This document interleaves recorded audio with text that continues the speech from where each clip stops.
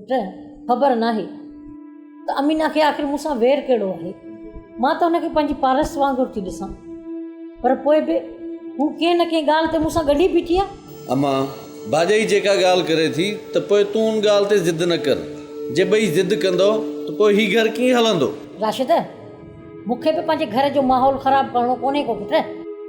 नेठि अमीना जूं ॻाल्हियूं ॿुधी ॿुधी मां बि त तंग थी थियां न। कोई जवाबु ॾींदसि या न ॾींदसि? अम्मा अमीना त असुल खां ई अहिड़ी आहे, पर तोखे त घर हलाइणो आहे न। पोइ तूं ई उन्हनि जी ॻाल्हियुनि ते गौर न कर, पाण ई मथो हणी हणी बसि करे वेंदी। अंदरि थो सड़े माजिद। जेकॾहिं तूं माईअ जो ॻाल्हाइणु ॿुधी न त चवीं बि ईअं त धकु ई हिकिड़ो हणांसि। पर छा अम्मा, कहिड़ा वेठा माण्हू खिलाए। कुझु गुज़री आहे, कुझु गुज़री वेंदी। अम्मा भाॼाई तुंहिंजी भाणेज आहे, तूं उनखे वेही आराम सां सम्झाईंसि। सदको वञे पुट राशिद, घर पीर गोतो लाया हूअ मूंखों सम्झाइण खां घणी आहे। मां सम्झायांसि, पोइ तूं विच में न अचिजांइ। ॾिस त सही कीअं वेठी थी पंहिंजे पुट सां मुंहिंजी गिला करे। मां थी सड़ांसि, सड़ेसि मुंहिंजी जुती। पुट तूं बि जेकॾहिं आराम सां सम्झाईसि न त सम्झी वेंदी, बाक़ी धक चंबे सां त कोन मुड़ंदी। मासी थी या टाइम पोइ थी वेठी मुंहिंजी गिलाऊं करे।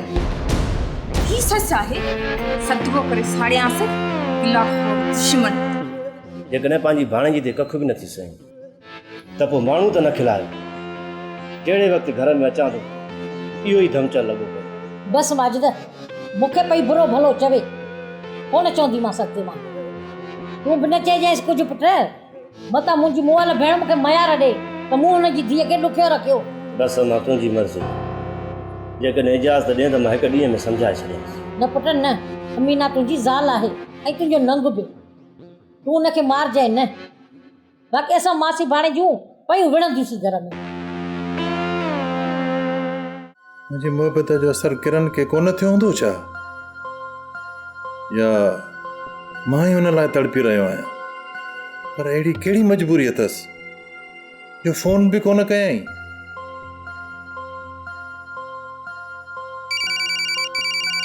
किरन जी फ़ोन आहे। Hello hello sir. जी सर, मां रफ़ीक पियो ॻाल्हायां सर। कीअं फ़ोन कई थी रफ़ीका?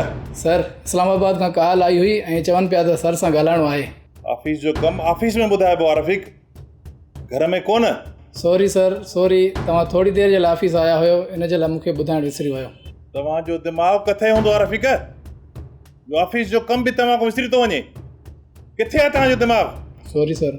ओके ओके, सुबुह जो यादि ॾियाराइजांइ, इस्लामाबाद ज़रूरी ॻाल्हाइणो आहे। जी sir, thank U sir.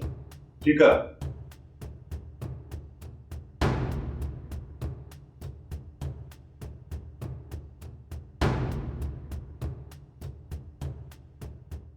Drama serial सिलसिला मोहब्बतुनि जा तमाम एपिसोड्स ॾिसो हाणे HD क्वालिटीअ में। विज़िट करियो असांजो YouTube channel Sindh TV HD drama. Subscribe कयो असांजो official YouTube channel Sindh TV HD drama ऐं वधीक अपडेट लाइ बेल आइकन खे क्लिक करियो।